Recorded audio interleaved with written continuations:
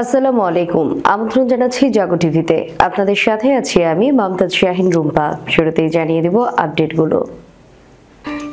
যুদ্ধবিরতিকে ইসরায়েলের বিরুদ্ধে বড় জয় ঘোষণা হিজবুল্লাহর। লেবাননে যেন ঈদের খুশি, ঘরে ফেরার আনন্দে ভাসছে বাস্তুচ্যুত লেবানিজরা। মিষ্টি কেক খাইয়ে একে অপরকে অভিনন্দন, হাজার হাজার রাউন্ড ফাঁকা গুলি করে উল্লাস উদযাপন। এবারের বিক্ষুব্ধ ইসরায়েলিরা পার্লামেন্টে নেতানিয়াহুর কার্যালয় অবরোধ। দক্ষিণ লেবাননে কারফিউ জারি করেছে ইসরায়েলি বাহিনী। চিন্ময় ইস্যুতে হিন্দুত্ববাদী মোদীর সঙ্গে জয়শঙ্করের বৈঠক। এদিকে চিন্ময় দাস ইস্যুতে খুলছেন মমতা দিদি, বললেন অন্য দেশের বিষয়ে হস্তক্ষেপ করতে পারি না। চূড়ান্ত ডাক দিয়েও ব্যর্থ বুশরা, কি হবে পিটিআইয়ের পরবর্তী কৌশল। ইউক্রেনের অনেক শহরে বিস্ফোরণ, ইউক্রেন জুড়ে বিমান হামলার সতর্কতা। বিদ্যুৎ খাতে রাশিয়ার ভয়াবহ হামলা, অন্ধকারে 10 লাখ মানুষ। তুরস্কের পার্লামেন্টে দাঁড়িয়ে গাজা লেবানন নিয়ে এরদোগানের হুঙ্কার। শুনছিলেন শিরোনাম, এবারে বিস্তারিত। যুদ্ধবিরতি কার্যকরের পর নিজেদের জয়ী বলে ঘোষণা দিয়েছে লেবাননের সশস্ত্র গোষ্ঠী হিজবুল্লাহ। তবে যে কোনো মুহূর্তে ইসরায়েলের আক্রমণের জন্য যোদ্ধারা প্রস্তুত বলেও জানিয়েছে তারা। এক বিবৃতিতে এই তথ্য জানিয়েছে ভারতীয় সংবাদ মাধ্যম এনডিটিভি। 1 বছরেরও বেশি সময়ের রক্তক্ষয়ী যুদ্ধের পর মুক্তি মিলেছে লেবাননের মানুষের। অনেক কাঠ খড় পোড়ানোর পর অবশেষে মঙ্গলবার ইসরায়েলি প্রধানমন্ত্রী বেনিয়ামিন নেতানিয়াহু হিজবুল্লাহর সঙ্গে যুদ্ধবিরতির অনুমোদন করে। বুধবার স্থানীয় সময় ভোর 4টা থেকে কার্যকর হয় যুদ্ধবিরতি। এর মেয়াদ 60 দিন। চুক্তি কার্যকর হওয়ার পর হিজবুল্লাহর দেয়া প্রথম বিবৃতিতে নিজেদের জয়ী বলে আখ্যা দিয়েছে তারা।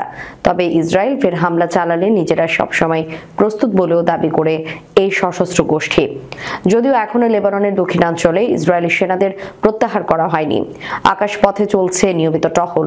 এই অবস্থায় যুদ্ধবিরতি চুক্তিতে দেওয়া প্রতিশ্রুতির কথা মাথায় রেখে অন্যান্য এলাকা থেকেও ইসরায়েলি সেনাদের সরিয়ে নেওয়ার আহ্বান জানিয়েছে লেবানন সরকার। 1 বছরেরও বেশি সময় ধরে রক্তক্ষয়ী যুদ্ধের পর মুক্তি মিলেছে লেবাননের মানুষের। হিজবুল্লাহর সঙ্গে ইসরায়েলের যুদ্ধবিরতি শুরু হওয়ার পরপরই দেশটির বিভিন্ন প্রান্ত থেকে ঘরে ফিরতে শুরু করেছে হাজার হাজার মানুষ। এ সময় মিষ্টি কেক খাইয়ে একে অপরকে জানায় অভিনন্দন। তাদের আশা এই চুক্তির মধ্য দিয়ে শেষ হবে বিভীষিকাময় দিনের। যুদ্ধবিরতির খবর শুনেই আনন্দ উদযাপনে লেবাননের বৈরুত সহ বিভিন্ন এলাকার রাস্তায় নেমে আসেন বহু মানুষ। এই সময় হাজার হাজার রাউন্ড ফাঁকা গুলির শব্দ ভেসে আসছিল, কিন্তু তা যুদ্ধের নয়, উদযাপনের।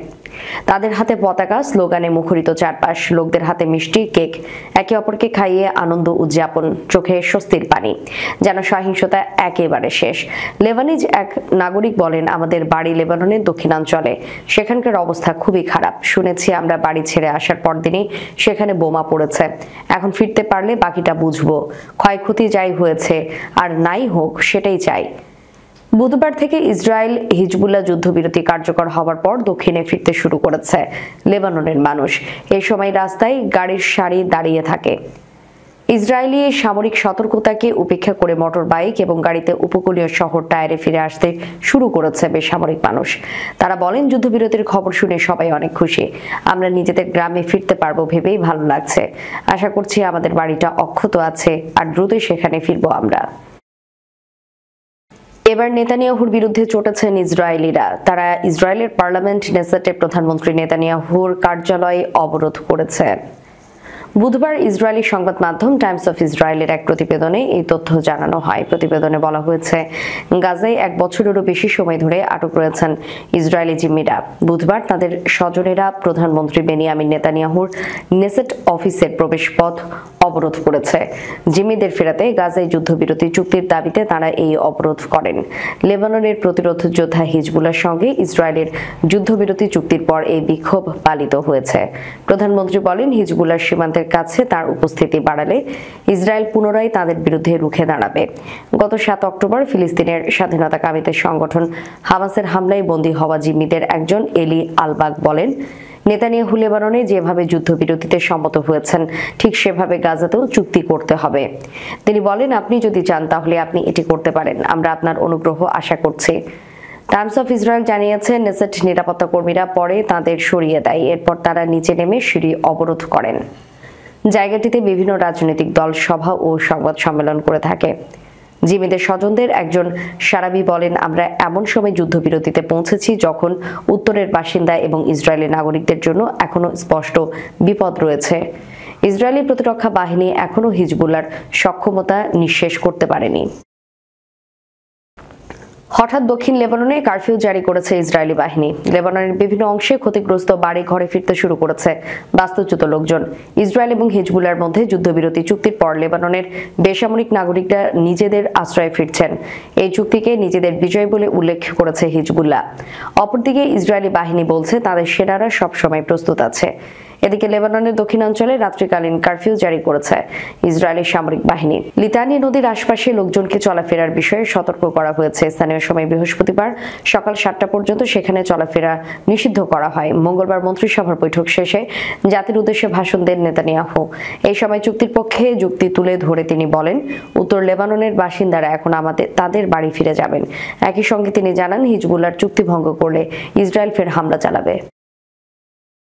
ভারতের পশ্চিমবঙ্গ প্রদেশের মুখ্যমন্ত্রী মমতা বন্দ্যোপাধ্যায় বাংলাদেশের বর্তমান পরিস্থিতি নিয়ে উদ্বেগ প্রকাশ করেছেন। তবে তিনি জোর দিয়ে বলেছেন যে অন্য দেশের বিষয় হওয়ায় এটি নিয়ে তিনি মন্তব্য করতে স্বাচ্ছন্দ্য বোধ করেন না। বৃহস্পতিবার পশ্চিমবঙ্গের বিধানসভার বাংলাদেশের সাম্প্রতিক পরিস্থিতি নিয়ে এমন মন্তব্য করেছেন তিনি। পশ্চিমবঙ্গের এই মুখ্যমন্ত্রী বলেন, বাংলাদেশ একটি ভিন্ন দেশ। ভারত সরকার এটা দেখবে, এটা আমাদের এখতিয়ারের মধ্যে পড়ে না। আমাদের এটি নিয়ে কথা বলা বা হস্তক্ষেপ করার কথা নয়। আমরা ভেতরে ভেতরে দুঃখ পেলেও কেন্দ্রের নির্ধারিত নীতি অনুসরণ করি। বাংলাদেশের পরিস্থিতি নিয়ে তিনি পশ্চিমবঙ্গ প্রদেশের ইসকনের প্রতিনিধিদের সাথে কথা বলেছেন বলেও জানিয়েছেন। তবে ইসকনের নেতাদের সঙ্গে কি ধরনের আলোচনা হয়েছে সেই বিষয়ে বিস্তারিত জানাননি তিনি। এদিকে প্রতিবেশী বাংলাদেশে হিন্দু সহ ধর্মীয় সংখ্যালঘুদের উপর কথিত হামলা নিয়ে আলোচনা করতে বৃহস্পতিবার দুপুরের দিকে ভারতের প্রধানমন্ত্রী নরেন্দ্র মোদীর সঙ্গে বৈঠক করেছেন দেশটির পররাষ্ট্রমন্ত্রী এস জয়শঙ্কর। বৈঠকে চিন্ময় কৃষ্ণ দাস ব্রহ্মচারীর গ্রেফতার, সংখ্যালঘুদের কথিত নিরাপত্তাহীনতা এবং চট্টগ্রাম জেলায় একটি মন্দির ভাঙচুরের বিষয়ে তারা আলোচনা করেছেন। প্রধানমন্ত্রী নরেন্দ্র মোদীর সাথে এই বৈঠকের পর আগামীকাল শুক্রবার দেশটির সংসদের উভয় কক্ষে পররাষ্ট্রমন্ত্রী জয়শঙ্কর ভাষণ দিতে পারেন বলে প্রত্যাশা করা হচ্ছে। চূড়ান্ত ডাক দিয়েও ব্যর্থ বুশরা, কি হবে পিটিআইয়ের পরবর্তী কৌশল? এই নিয়ে চলছে নানা আলোচনা। পাকিস্তান তেহরিক ইনসাফের নেতা কারাবন্দী ইমরান খানের মুক্তি, সরকারের পদত্যাগ এবং সংবিধানের 26তম সংশোধনী বাতিলের দাবিতে রাজধানী ইসলামাবাদে জড়ো হয়েছিল পিটিআইয়ের কয়েক লাখ নেতাকর্মী। তারা অবস্থান নিয়েছিলেন রাজধানীর সবচেয়ে গুরুত্বপূর্ণ জায়গা চকে। এই কর্মসূচি পালন করতে গিয়ে আইনশৃঙ্খলা রক্ষাকারী বাহিনীর সঙ্গে দফায় দফায় সংঘর্ষের ঘটনা ঘটে পিটিআই কর্মীদের। এতে হতাহত হয়েছে হাজারো নেতাকর্মী। এছাড়া নিহত হয়েছেন 7 জন। তবে গতকাল ভোরে হঠাৎ করে কর্মসূচি প্রত্যাহার করে কর্মীদের বাড়িতে চলে যাওয়ার নির্দেশ দেন পিটিআইয়ের অন্যতম জ্যেষ্ঠ নেতা আলী আমিন গান্দাপুর। এছাড়া ওই সময় সেখান থেকে সরে যান ইমরান খানের স্ত্রী বুশরা বিবিও। যদিও তিনি গতকাল বলেছিলেন ইমরান খানকে মুক্ত না করে তিনি বাড়ি ফিরবেন না। এখন বিক্ষোভকারীরা ইসলামাবাদ থেকে পিছু হটায় পিটিআইয়ের শীর্ষ নেতৃত্ব ভীষণ চাপে পড়েছেন বলে মনে করেছেন বিশ্লেষকেরা। তাদের মতে দলটির কোনো দাবি পূরণ হয়নি। এই পরিস্থিতিতে পিটিআই কিভাবে সংগঠিত হবে সেটা নিয়ে অস্পষ্টতা রয়ে গেছে। রাজনৈতিক বিশ্লেষক জাইঘাম খান আল জাজিরাকে বলেন, এই বিক্ষোভ কর্মসূচিকে চূড়ান্ত ডাক হিসেবে আখ্যা দিয়েছিল পিটিআই। এখন এভাবে বিক্ষোভ ধসে পড়া দলটির রাজনৈতিক কৌশলের জন্য একটি বড় ধাক্কা। ইউক্রেনের বিদ্যুৎ অবকাঠামোতে রাশিয়ার ব্যাপক হামলার ফলে বিদ্যুৎ বিচ্ছিন্ন হয়ে পড়েছেন 10 লাখেরও বেশি মানুষ। দেশটির জ্বালানি মন্ত্রী জার্মান গালুচেঙ্কো বৃহস্পতিবার ফেসবুকের এক পোস্টে জানান, ইউক্রেন জুড়ে জ্বালানি স্থাপনাগুলোর উপর হামলা চলছে। এ কারণে জাতীয় পাওয়ার গ্রিডের পরিচালনাকারী প্রতিষ্ঠান জরুরি ভিত্তিতে বিদ্যুৎ সরবরাহ বন্ধ করে দিয়েছে। বৃহস্পতিবার সকালে ওডেসা, ক্রোপোভনিচকি, খার্কিভ, রিভনে এবং লুটক্স শহরে বিস্ফোরণের শব্দ শোনা গেছে। কিয়েভের মেয়র ভিতালি ক্লিটসক টেলিগ্রামে বলেছেন, ইউক্রেনীয় রাজধানীতে আকাশ প্রতিরক্ষা ব্যবস্থা সক্রিয় রয়েছে। সবাই আশ্রয়ে অবস্থান করুন। সুবি অঞ্চলের সোস্তাকা এলাকায় অবকাঠামোতেও রুশ ক্ষেপণাস্ত্র আঘাত এনেছে। এই ঘটনায় ক্ষয়ক্ষতির মূল্যায়ন চলছে বলে জানিয়েছে স্থানীয় সামরিক প্রশাসন। খার্কিভ অঞ্চলে 3টি ক্ষেপণাস্ত্র হামলা হয়েছে বলে জানিয়েছেন আঞ্চলিক সামরিক প্রশাসনের প্রধান ওলেগ সিনেগুডভ।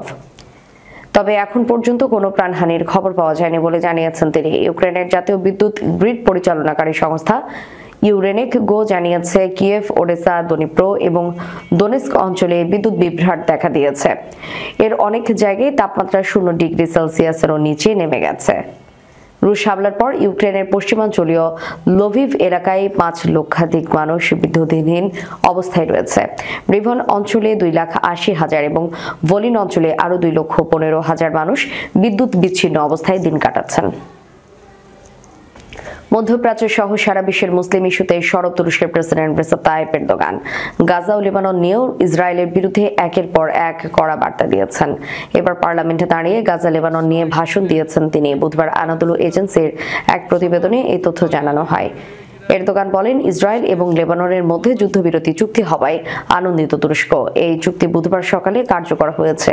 সব পক্ষের প্রতি, বিশেষ করে ইসরায়েলের প্রতি আহ্বান জানাচ্ছে, শান্তি ও স্থিতিশীলতা প্রতিষ্ঠার প্রতিশ্রুতি দিয়ে তারা যে চুক্তি করেছে তা যেন লঙ্ঘন না করে। তিনি বলেন, আমি তুরস্কের পক্ষ থেকে বলছি, গাজায় চলমান ধ্বংসযজ্ঞ থামিয়ে স্থায়ী যুদ্ধবিরতির চুক্তির জন্য যে কোনো পদক্ষেপ গ্রহণে আমরা সবসময় প্রস্তুত রয়েছি। এর আগে ইরানের পররাষ্ট্র মন্ত্রণালয়ের মুখপাত্র ইসমাইল বাঘেই বলেন, লেবাননের বিরুদ্ধে জায়নবাদীদের আগ্রাসন সমাপ্ত হবার খবরকে স্বাগত জানায়। শেষ করার পূর্বে সংবাদ শিরোনামগুলো জানিয়ে দেব আরো একবার।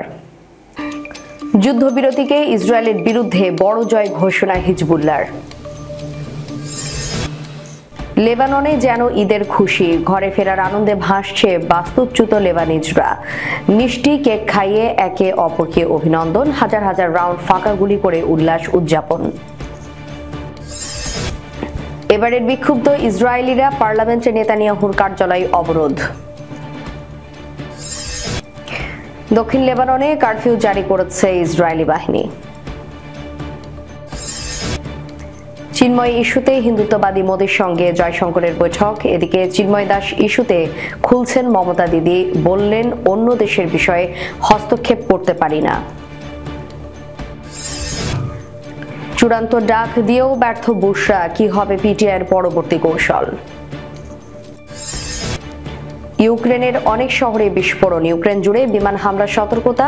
বিদ্যুৎ খাতে রাশিয়ার ভয়াবহ হামলা, অন্ধকারে 10 লাখ মানুষ। তুরস্কের পার্লামেন্টে দাঁড়িয়ে গাজা লেবানন নিয়ে এরদোগানের হুঙ্কার। এতক্ষণ আমাদের সাথে থাকার জন্য ধন্যবাদ। আল্লাহ হাফেজ।